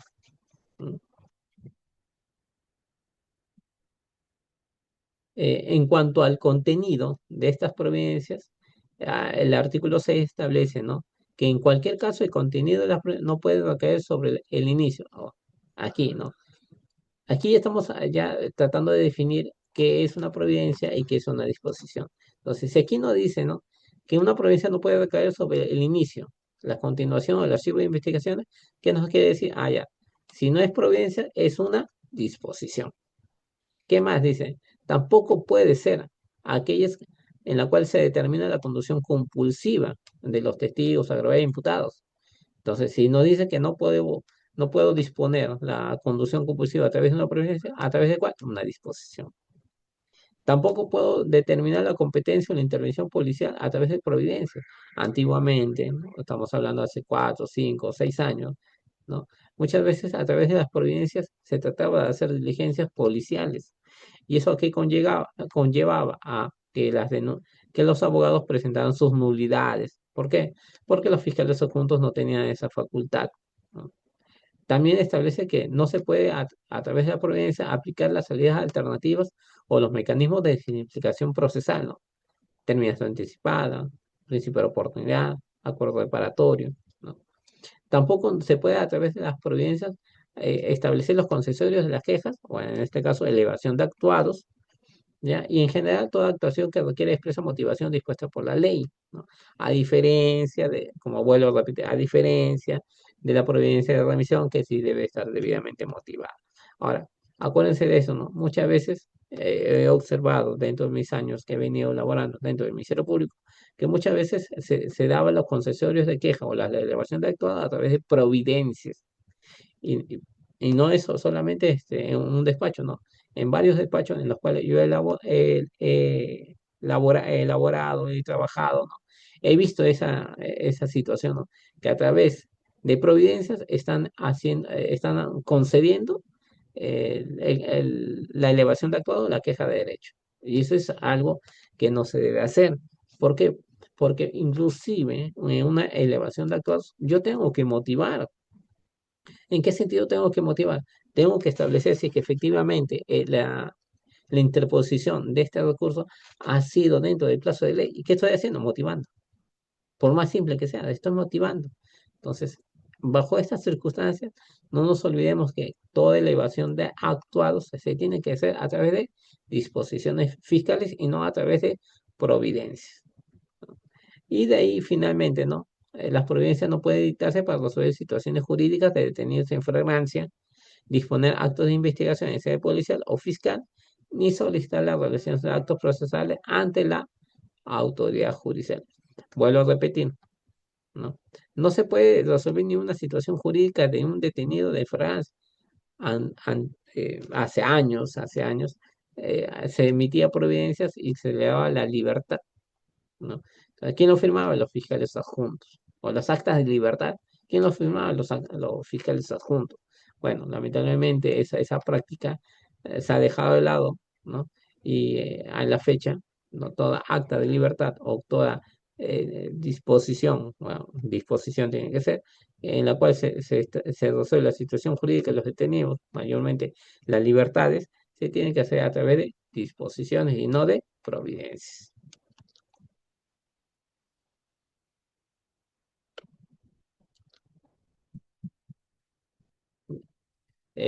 Pasando para este otro punto sobre la redacción de disposiciones, requerimientos y providencia, nosotros tenemos las disposiciones fiscales. Entonces, eh, aquí nos salta a la vista una primera pregunta. ¿Cuándo se emiten las disposiciones? Entonces, si hemos leído ya nuestro lineamiento, nuestro manual, ¿no? Nuestra directiva, entonces ya, contrario al censo, ya sabemos, lo que no es providencia es disposición. Entonces, ¿dónde se puede emitir una disposición? Ah, ya. ¿El inicio de qué? De la investigación preliminar. ¿Qué más? La continuación. ¿De qué? De la investigación preliminar. ¿Qué más? Se emiten los archivos de actuaciones. ¿Qué más se puede emitir? Ah, ya. La conducción compulsiva de un imputado, testigo, perito. Cuando pese a ser emplazado debidamente durante la investigación, no cumple con asistir a las diligencias que se vienen siendo programadas por aquellos despachos fiscales, la intervención de la policía a fin de que realicen los actos de investigación, la aplicación del principio de oportunidad, que es un mecanismo alternativo de solución de conflictos, y toda actuación que requiere expresa motivación dispuesta por la ley. Entonces, toda disposición necesariamente tiene que tener una debida motivación. Ahora, ¿por qué redundo en esta parte de que debería estar debidamente motivada? Justamente por lo que se viene presentando. Aquellas disposiciones que no están debidamente motivadas pueden, en la medida en la medida, ¿no?, de la investigación, puede ser sujeta de qué? Tutela de derechos, ya sea a través de nulidades o a través de la misma presentación de una tutela de derechos. Entonces, toda disposición, sea cual sea, ¿no?, debe estar debidamente motivada. ¿Para qué? Para evitar ello, ¿no? Entonces yo en el trayecto de mi vida laboral he observado que muchas veces los abogados presionan tutela de derecho frente a aquellas disposiciones que no están debidamente motivadas, aquellos que resuelven este, la conducción compulsiva, lo que hay aquellas que están referidas a la continuación de la investigación preliminar, ¿no? Entonces, hay que verificar esa motivación, ¿no? Para efectos de no ingresar a que los abogados de las partes de los sujetos procesales nos pueden presentar tutelas de derecho, ¿no? Entonces, es importante, ¿no? Y evitar, ¿no?, cualquier tipo de insuficiencia en la motivación. A propósito de estas disposiciones, nosotros, para ir ya terminando esta disertación, hay una pregunta que también nos dice, ¿no? ¿Y con qué propósito se formula un requerimiento, ¿no? O sea, ¿cuál es el propósito? Si ya habíamos establecido de que eh, cuál era la naturaleza jurídica de las providencias, que es ordenar materialmente la investigación y darle impulso, ¿no?, a aquellas actuaciones reiterativas que nos han ordenado a través de una disposición. Si ya establecimos que una disposición está debidamente motivada y está tendiente a darle seguimiento, darle el procedimiento a una investigación, entonces, ¿cuál sería el propósito de un requerimiento? Bueno, el requerimiento en principio es aquello que se formula para que se dirija a una autoridad judicial solicitando ¿qué? La realización de un acto procesal, una limitación de un derecho. Entonces, ¿en qué casos los requerimientos estarán acompañados de los elementos de convicción que los justifiquen? Es otra buena pregunta, ¿no? Entonces, eh, se formulan estas preguntas para que nosotros también en los espacios donde actualmente nos encontramos, nosotros podamos también establecer, hacernos esas mismas preguntas, ¿no? ¿Cuál es el propósito? Bueno, eh, ¿requiere que esté acompañado de algún elemento de convicción? Bueno, son preguntas que nosotros nos tenemos que hacer dentro de nuestros espacios, ¿no? Entonces, principalmente, ahorita vamos a poner algunos ejemplos y podemos determinar o verificar que efectivamente tiene que tener una secuencia y tiene que tener un contenido mínimo de elementos de convicción. Por ejemplo, ¿no?, si nosotros hablamos de un requerimiento fiscal cuya base normativa se encuentra en el artículo 122 del Código Procesal Penal, ahí había un error de tipo del Código Procesal Penal, se establece que los requerimientos se formulan para dirigirse a la autoridad judicial solicitando la realización de un acto determinado. Ahora, ¿por qué? Es que justamente las actuaciones fiscales siempre, mayormente, siempre van a estar en contraste con un derecho fundamental o con un derecho que le asiste a determinados sujetos procesales. Entonces, ¿quién es el único órgano dentro de la Administración de Justicia que nos puede autorizar a limitar, a restringir ciertos derechos fundamentales? La única autoridad es el órgano jurisdiccional. Por eso que en la Constitución, su artículo 2, inciso 24, establece, ¿no?, que toda detención debe ser debidamente motivada por una orden judicial. Desde ahí ya no se establecen, ¿no?, que estas actuaciones procesales tienen que ser limitadas no al libre albedrío del Ministerio Público, sino que debe estar contenido y supervisado por ¿qué? Por un órgano jurisdiccional, por el Poder Judicial. Entonces, estos requerimientos necesariamente siempre tienen que tener la autorización de un órgano jurisdiccional. Por tanto, las disposiciones como los requerimientos deben de contar con la debida motivación, ¿no? Yo no voy a solicitar la limitación o restricción de un derecho fundamental si antes yo no he hecho una debida motivación, ¿no? Mayormente lo que se utiliza es un test de proporcionalidad, ¿no? Establecer si es que es la medida que yo estoy solicitando, es la única medida en la cual tiene por finalidad que se lleve a cabo esa actuación procesal. Utilizamos bastante lo que es el test de proporcionalidad para determinar que efectivamente que era la única vía, la única forma de limitar o restringir un derecho fundamental. ¿Con qué finalidad? Un fin procesal o un fin de descubrir la verdad, ¿no? Ahora, procesal, una verdad material, una verdad como correspondencia, esto va a ser determinado por la línea ideológica o filosófica que determine cada despacho fiscal, ¿no? Puede ser una verdad material y estaría muy bien justificado, podría ser una verdad procesal y estaría debidamente motivado, y quizás algunos despachos se alineen a una idea filosófica de una verdad por corresponder. Cada una de las tres ideas son, en la práctica, son aceptadas. Por tanto, no se debería, ¿no? Decir que una idea filosófica está mal frente a la a otra, ¿no? Entonces, en cuanto a estos actos procesales, en descubrir la verdad, bueno, va a depender de cada posición, pero el objetivo es eso, ¿no? Que todo requerimiento fiscal debe ser de conocimiento del órgano jurisdiccional para que ellos puedan autorizar.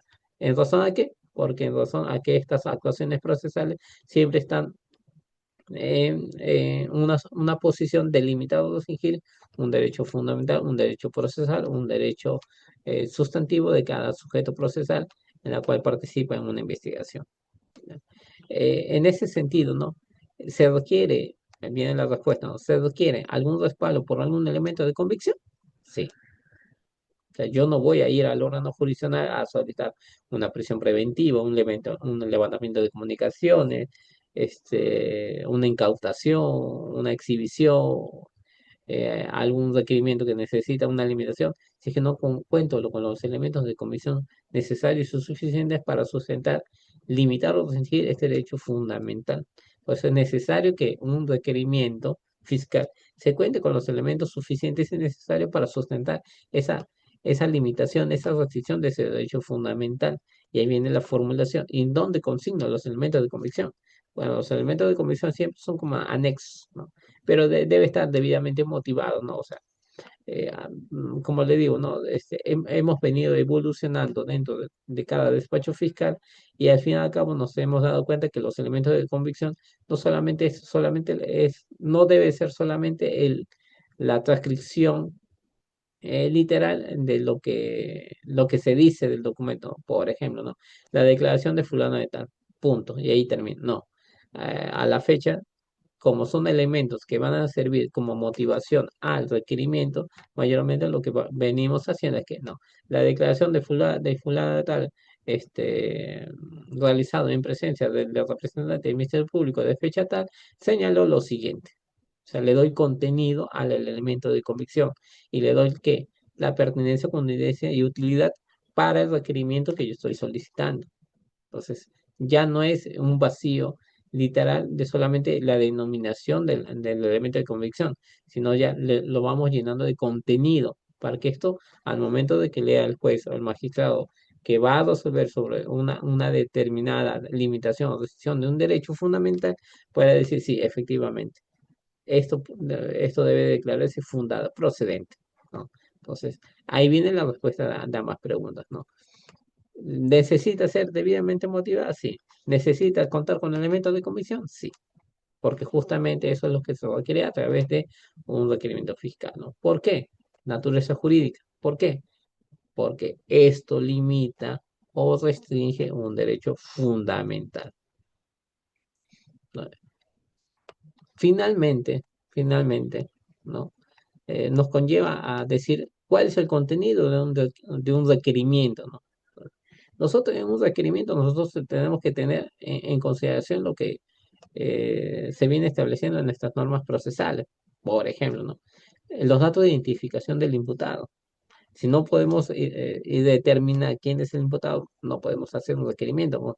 Acuérdense de que la naturaleza jurídica de un requerimiento es la restricción o limitación de un derecho fundamental.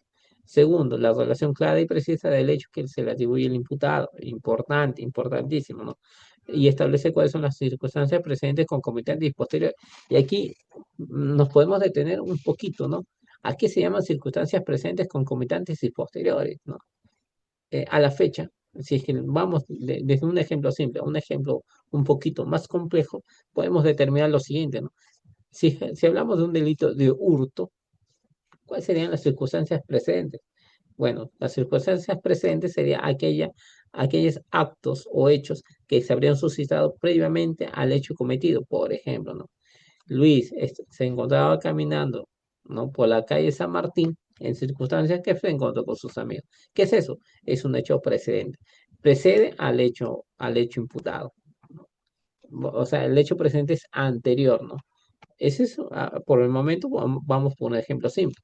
¿Qué serían los elementos concomitantes? Justamente los elementos concomitantes son aquellos hechos en los cuales, si establecemos en la fase intercriminis, ¿ya? Los hechos presentes serían la fase de preparación. Los hechos concomitantes sería la fase de ejecución. Y los hechos posteriores sería la fase de consumación. Si es que se establece una consumación y si es mejor, un agotamiento. Entonces, si hacemos esa analogía entre circunstancias precedentes, concomitantes, posteriores, con el intercrimen, sería eso. Precedentes, actos preparatorios. Concomitantes, fase de ejecución. Y posteriores, fase de agotamiento o consumación, ¿no? Lo ideal es demostrar el agotamiento de todos los delitos, ¿no? Pero mayormente no se puede, ¿no? Por las circunstancias y elementos del mismo tipo penal. Pero eso es, ¿no? Precedentes, concomitantes y posteriores. Pero vamos a un caso más complejo. ¿Y qué pasaría si es que ya no estamos hablando de un hurto, sino hablamos de situaciones más complejas como el delito de lavado de activos o un delito en la cual, pues, por el ámbito de mis labores, que desarrolles en el contexto de graves violaciones de derechos humanos o que el sujeto pasivo sea un defensor de derechos humanos y resulta ser agraviado de un delito de acoso o de un delito de homicidio, ¿no? Entonces, el hecho presente o las circunstancias presentes va a tener un contenido del contexto que se viene ocurriendo.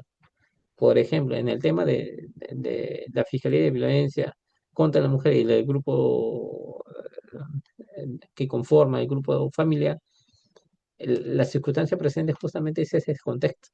O sea, tengo que acreditar o tengo que mencionar que efectivamente el hecho se habría realizado en un contexto determinado.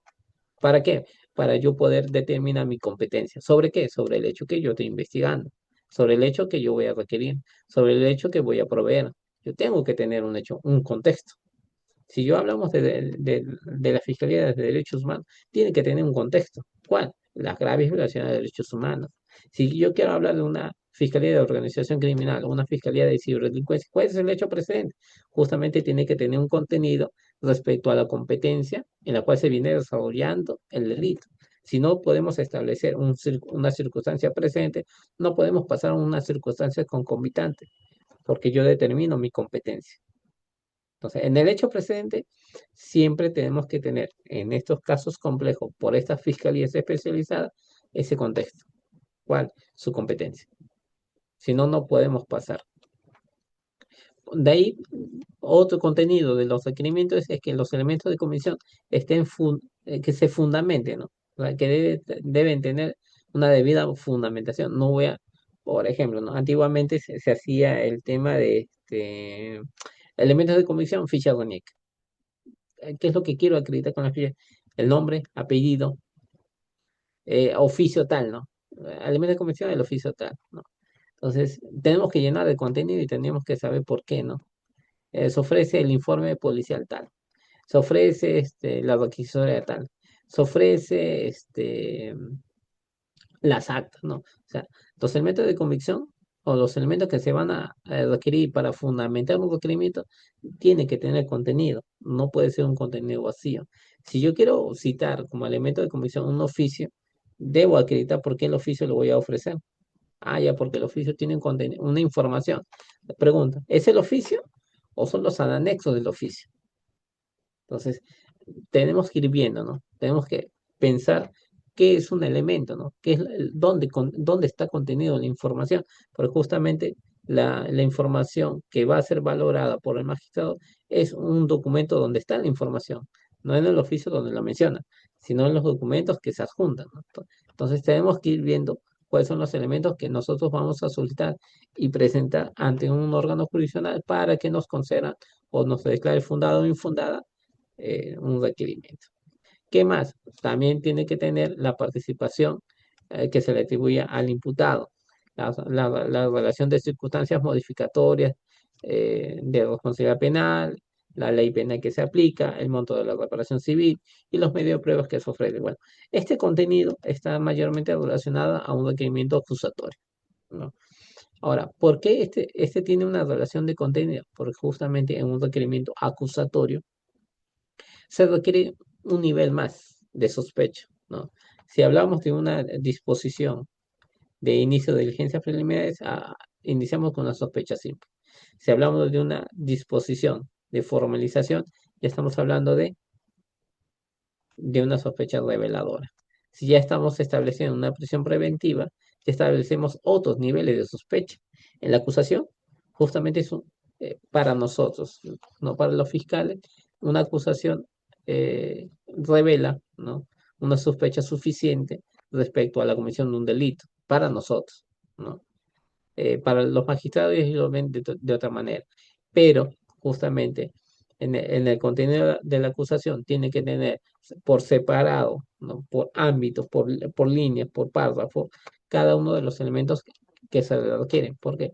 Pues justamente la acusación va a ser el sustento de una tesis acusatoria y la responsabilidad de los que se encuentran involucrados en el hecho cometido. Importante, ¿no? Ya, para ir concluyendo esta disertación, importante. La acusación solo puede referirse a hechos y personas incluidas en la disposición de formalización de la investigación preparatoria, aunque se puede efectuar una distinción, una calificación jurídica distinta, ¿no? En la acusación, el Ministerio Público podrá señalar alternativamente o subsidiariamente las circunstancias del hecho que permite calificar la conducta del imputado en un tipo penal distinto, ¿no? Mayormente utilizamos cuando se plantea el tema de tráfico de influencias, peculado o otro tipo de delito, ¿no? Colusión, ¿no? Colusión o tráfico de influencia, ¿no? Utilizamos mayormente esta alternatividad, ¿no? Eh, Mayormente eso se da la alternatividad o la subsidiariedad cuando dentro de un plano dogmático se presenta un concurso de leyes penales, ¿no? O sea, para no ir por un lado u otro delito, mayormente utilizamos esta alternativa o esta subsidiariedad, ¿no? Uno de los principios por la cual se puede resolver un conflicto de normas, justamente es el principio de subsidiariedad, ¿no? Entonces, utilizamos esa figura para establecer una mejor imputación y también para establecer la impunidad, ¿no? Para no conllevar a una impunidad, ¿no? Entonces, para que los hechos no se vuelvan impunes en el tiempo. Entonces, es una buena técnica que utilizamos la alternatividad o sociedad de utilizar distintos tipos penales. Finalmente, el fiscal indicará en la acusación las medidas de coerción subsistentes dictadas durante la investigación preparatoria y en todo caso podrá solicitar su variación que se otras medidas que en esta correspondan, ¿no? Una pregunta bastante importante en lo cual es estos son los requerimientos acusatorios y cómo se formula la dosimetría del castigo, ¿no? Entonces, eh, mayormente puedo decir, ¿no? Una crítica dentro de mi propia institución, que mayormente cuando aplicábamos la pena siempre nos íbamos por los tercios, ¿no? Cuando ya la Corte Suprema había establecido que habría no solamente el sistema de tercios, sino hay otros sistemas que se pueden utilizar para la determinación judicial de la pena o la disometría del castigo, ¿no? Entonces, de la fecha en que venimos laborando a la fecha de hoy, ya por lo menos tenemos mayores lineamientos y tenemos mayores directivas para poder establecer en cuanto a la pena, ¿no? Justamente el acuerdo plenario que ha salido el año pasado, 2023, y su complemento del año 2024, ya nos están estableciendo qué sistemas operativos podemos utilizar cuando se presente tal o cual caso, ¿no? Un sistema de tercios se utiliza en un delito que no presenta circunstancias agravantes específicas, ¿no? Y cuando estas sí se presentan, debemos utilizar el sistema de agravantes, ¿no? Cuando se presenta habitualidad residente, ya pues ya no podemos utilizar el sistema de tercios, el sistema de tercios, sino tenemos que hacer un sistema mixto, ¿no? De un sistema de operatividad de la pena, ¿no? Entonces, poquito a poquito vamos a ir avanzando, ¿no? Dentro de nuestra actividad jurisdiccional y poquito a poquito vamos mejorando y que eso es lo más importante a través de estos cursos, ¿no? Estos cursos nos crean espacios para que no solamente podamos exponer lo que nosotros el día a día y un poco la experiencia nos trata, de cierta manera queremos transmitir, sino también abrir espacio para aquellas preguntas que ustedes puedan formular y poder resolvernos cualquier duda o inquietud que se pueda presentar en la misma actividad laboral que ustedes desarrollan, ya sea como asistente en función fiscal o como asistente administrativo, ¿no? Entonces es importante esos espacios para poder capacitarnos diariamente, ¿no? La poca experiencia que puedo yo brindarles en cada caso o en cada pregunta que ustedes puedan realizar siempre estaría bien, ¿no? Resolver no solamente el día de hoy, sino que aquellas preguntas que no se puedan llegar a dar una solución, el día de mañana con todo gusto se podrán resolver. Eh, Sigamos concluyendo con esta pequeña disertación en cuanto a la redacción de disposiciones, providencias y requerimientos. Se presenta una biografía, ¿no? La primera, que es el lineamiento del instructivo, que hice mención 1/2018. Se le da también lo que es el reglamento de providencias que se estableció en el año 2022 y siempre tener en cuenta, ¿no? Cuáles son las bases de la gramática, ¿no? O las reglas de la ortografía, ¿no? ¿Por qué? Porque es muy importante para establecer esa línea, ¿no? Esa línea de redacción de disposiciones, ¿no? Acuérdense de algo, ¿no? Como lo decía al inicio de esta disertación, es no utilicemos figuras de las reglas de las lógicas muy complicadas. Empecemos con la más simple, ¿no? La regla de la asunción, ¿no? Premisa mayor, premisa menor y una conclusión. Que eso se utiliza mayormente, ¿no? Si queremos utilizar otras reglas más profundas, más complicadas, creo que si no empezamos por la primera, no podemos subir a aquellas reglas de la lógica que nos conllevan, ¿no? A determinar si es que las premisas mayores o menores se puede establecer falacias o aquellas premisas entre la premisa mayor y la premisa menor pueden presentarse alguna falsedad o una ambigüedad. Entonces, para llegar a eso, empecemos con lo más básico, ¿no? Utilicemos reglas de la asunción y de ahí podemos llegar a otras reglas de la lógica que nos puedan permitir tener una mejor redacción y así poder expresarle a los usuarios que van en busca de la administración de justicia y puedan entendernos. En la labor que nosotros realizamos siempre tenemos usuarios bastante complicados, ¿no? Complicados porque a veces no nos damos a entender a través de nuestras providencias o disposiciones el motivo, la razón por la cual decidimos o tomamos esas decisiones, ¿no? Entonces es importante, ¿no? Tener ese nivel comunicativo entre funcionario y público en general, ¿no? Eso sería todo por hoy. No sé si formularán algún espacio de preguntas y estaré a bien a responder cada una de ellas. Gracias.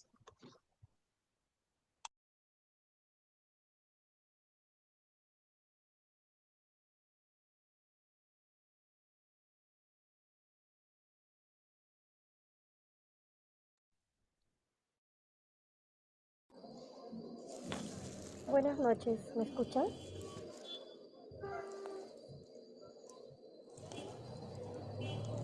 Buenas noches, ¿me escuchan? Muy buenas noches. Sí, en estos momentos.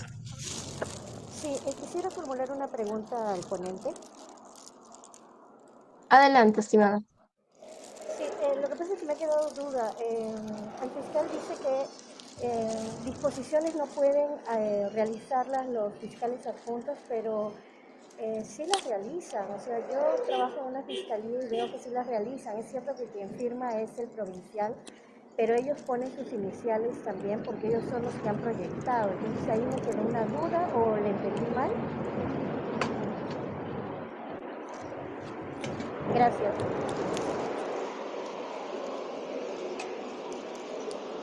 No, cuando hacía esa mención de que quienes realizan las providencias, me refería justamente a quienes las suscriben, ¿no? Lo que pasa es que en los lineamientos, mire, yo vengo trabajando del año 2014 dentro del Ministerio Público y siempre habían ciertas discrepancias, ¿no? En cuanto a las disposiciones y providencias, quien lo firmaba, ¿no? Entonces, cuando se inició con el nuevo Código Procesal Penal, habían disposiciones que eran firmadas por los fiscales adjuntos provinciales. E inclusive, ¿no? Tuve un caso, ¿no? Tuve, justamente cuando estaba trabajando en control interno, tuve en una de las revisiones que estamos efectuando en uno de los despachos, pudimos detectar que una providencia había sido firmada por un asistente de función fiscal. Entonces, esas pequeñas matices fueron los que nos conllevaron a realizar estos lineamientos, ¿no? Que las providencias sean solamente firmados y delimitar, ¿no? Entonces, delimitar qué documentos debían ser tramitados a través de providencias y quiénes debían ser firmados. O sea, esa taxatividad dentro de lo que es este reglamento de emisión de providencias, de acuerdo a la investigación que se viene realizando, netamente es algo que debería ser un lineamiento para ejemplificar en qué momento un fiscal adjunto debería de suscribir, es suscribir. De que pueda redactar, sí, pues en la redacción hasta un asistente de función fiscal puede redactar una disposición fiscal, pero el que lo suscribe, una disposición o un requerimiento siempre es el fiscal. En cuanto a la redacción, no puede ser un asistente, inclusive un asistente administrativo, la redacción, pero la suscripción siempre está destinada a determinados funcionarios públicos, o provincial o fiscal adjunto provincial, ¿no? O sea, eso es lo que nos conllevó a que se emita un reglamento, ¿no? O sea, siempre se presentaba esas pequeños casitos, ¿no? Particulares, ¿no? En algunos distritos fiscales que nos conllevó a hacer esos lineamientos, ¿no? Como le decía, ¿no? Yo en una oportunidad cuando estaba elaborando el control interno descubrimos, pues, ¿no? Revisando las carpetas, que había un asistente de función fiscal que había firmado distintas providencias, ¿no? Entonces, nos preguntamos, ¿y por qué, no? O sea, ¿por qué se dio esa situación? El fiscal adjunto, el fiscal provincial no se dieron cuenta, no se percataron, hubo una mala información. Entonces, hubo otros casos, ¿no? Por ejemplo, cuando se hacían las actas de libertad. Entonces, antiguamente lo firmaba, pues, el fiscal adjunto, ¿no? Entonces, se empezó a dar estas pequeñas matices cuando no teníamos en claro cuándo debía intervenir a través de providencias y cuándo debía de intervenir a través de las disposiciones. Entonces, esos lineamientos nace con eso, ¿no? Con aquellas matices. Pero en cuanto a la suscripción, ¿no? A eso me refiero, a la suscripción. En cuanto a la redacción, no hay lineamientos, ¿no? La redacción lo puede hacer cualquier trabajador del Ministerio Público, asistente administrativo, función fiscal, ¿no?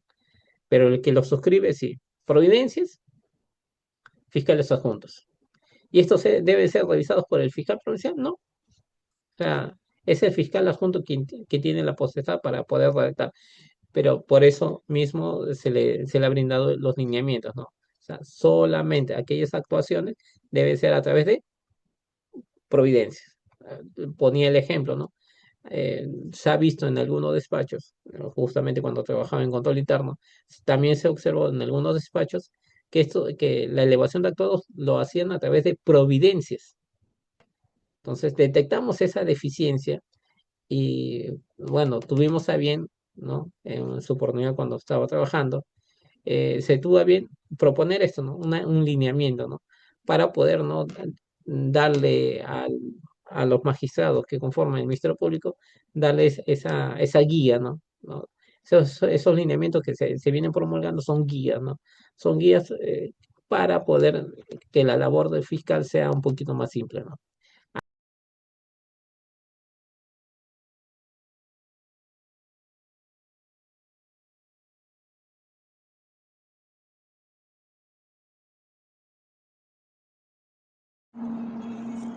Gracias. Bien, estimada Neftalí, ¿puede activar su audio, por favor?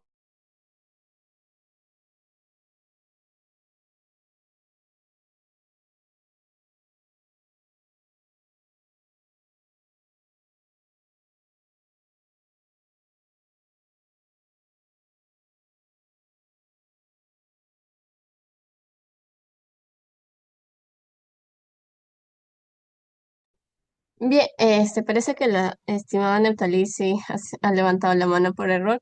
Estimado Edgar, tiene la palabra, por favor. Eh, sí, lo escuchamos. Eh, Buenas noches con todos los presentes. Mi pregunta es lo siguiente. Cuando el fiscal saca una disposición para derivar a la comisaría para que se realice ahí la investigación. En este caso, la comisaría toma la manifestación del agraviado, pero no se presenta el imputado. Y cuando ya no se presenta, el comisaría dice que ya infringió con el informe, con la declaración del agraviado, se le va a enviar a la fiscalía. ¿Es así? ¿Procede así? Entonces, ¿en qué momento se le va a tomar la declaración del imputado? O en todo caso, me pregunta es, ¿si podría pedirle que se realice la investigación en la fiscalía mismo, que ya no en la comisaría?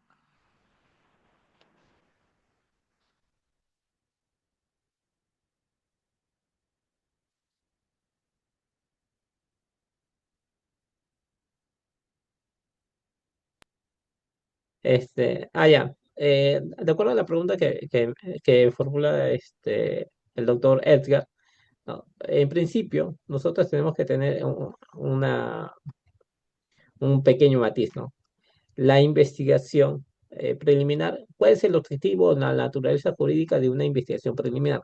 La investigación preliminar tiene por objetivo recabar aquellos actos urgentes e inaplazables, ¿no?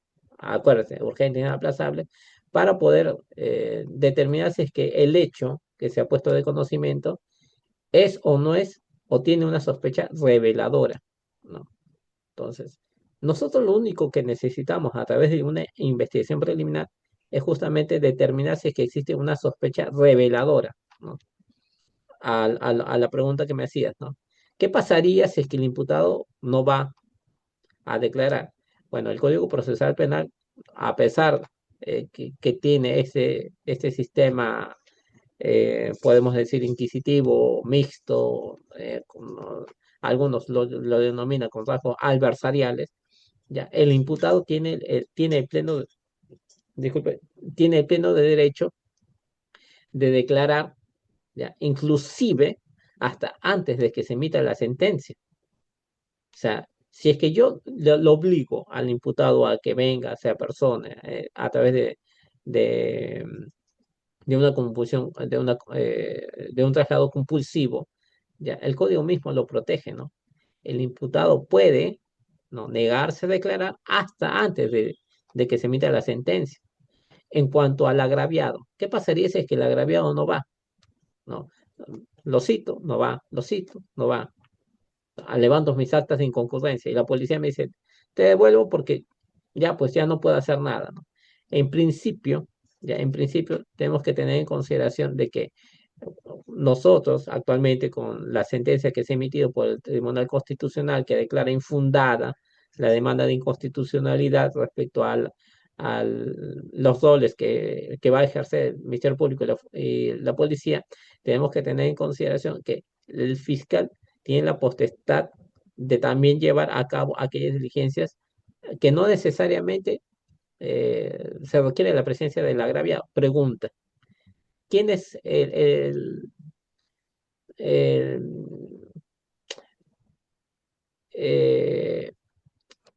quién es el titular de la acción penal?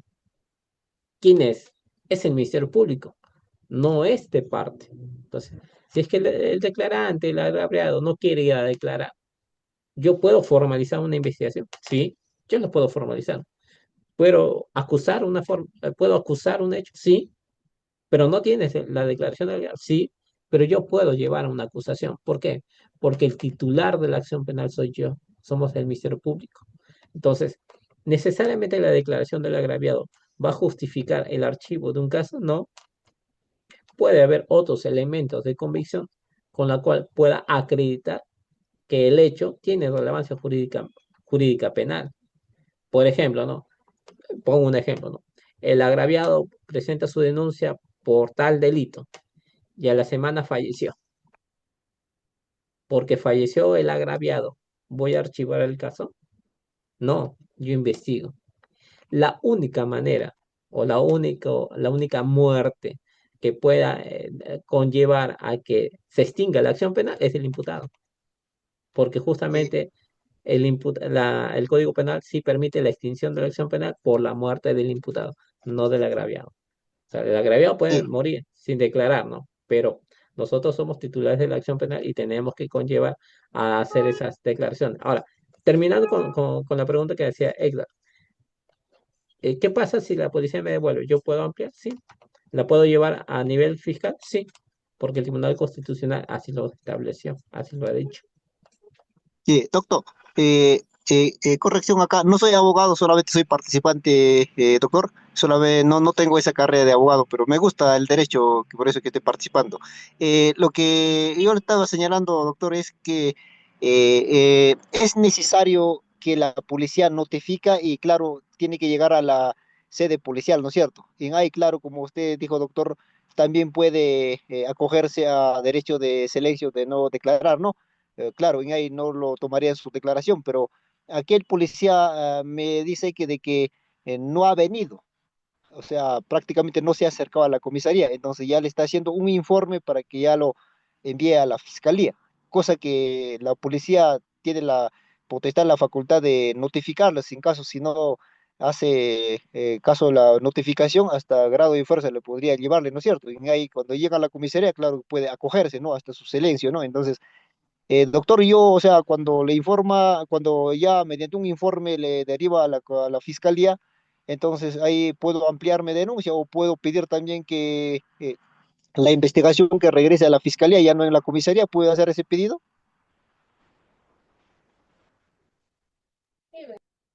Ah, efectivamente, Edgar, o sea, mire, ya entiendo que no es abogado, pero te apasiona el derecho, ¿no? Justamente cuando nosotros iniciamos las diligencias preliminares, mayormente se pone que la calificación jurídica puede variar. Si, por ejemplo, ¿no? Yo inicié una investigación por hurto y de ahí descubro de que en el hurto intervinieron dos o más personas. Ya no sería hurto simple, sería hurto agravado. O sea, puedo modificar dentro de mi plazo de investigación preliminar, puedo modificar la calificación jurídica, sí. Puedo ampliar mi denuncia, sí. O sea, el ampliar la denuncia, el cambiar la calificación jurídica, ¿se puede realizar en la investigación preliminar? Sí. Entonces, el fiscal tiene la potestad de emitir la disposición correspondiente, ampliando, integrando, variando lo que corresponde, tipos penales, incorporando nuevos imputados, nuevos agraviados, ampliar los hechos de la denuncia, que es lo que tú refieres. Y en cuanto a la última parte que tú dices, ¿no? Y la fiscalía puede traer la investigación a su potestad. Bueno, el Tribunal Constitucional ha establecido que en la etapa de investigación preliminar somos los orientadores, los que vamos a conducir, pero hay excepciones, ¿no? Justamente el Tribunal Constitucional ha establecido, hay excepciones en las cuales la Fiscalía puede llevar algunos casos. Va a depender de la complejidad y el tipo penal que se viene investigando. Pero sí se puede llevar, sí se puede llevar. A pesar de que en etapa de investigación preliminar la policía no ha realizado diversas actuaciones. Entonces, ahí viene, pues, ¿no? El Tribunal Constitucional, al emitir esta acción inconstitucional, ha dicho ya, tratado de enfatizar una palabra, ¿no? Que el Ministerio Público supervigila, ¿no? ¿Quién es? La labor policial, ¿no? El fiscal supervigila, ¿no? tenemos que supervigilar la actuación policial, ¿no? Si es que la policía no ha conllevado, yo puedo ampliar, puedo disponer la ampliación. Entonces, no es que se termina con el informe policial, no. Yo puedo ampliar. Si es que yo tengo la convicción de que existe un indicio, la presunción de que el hecho es de relevancia jurídica penal, ¿no? Tengo esa convicción y puedo ampliar.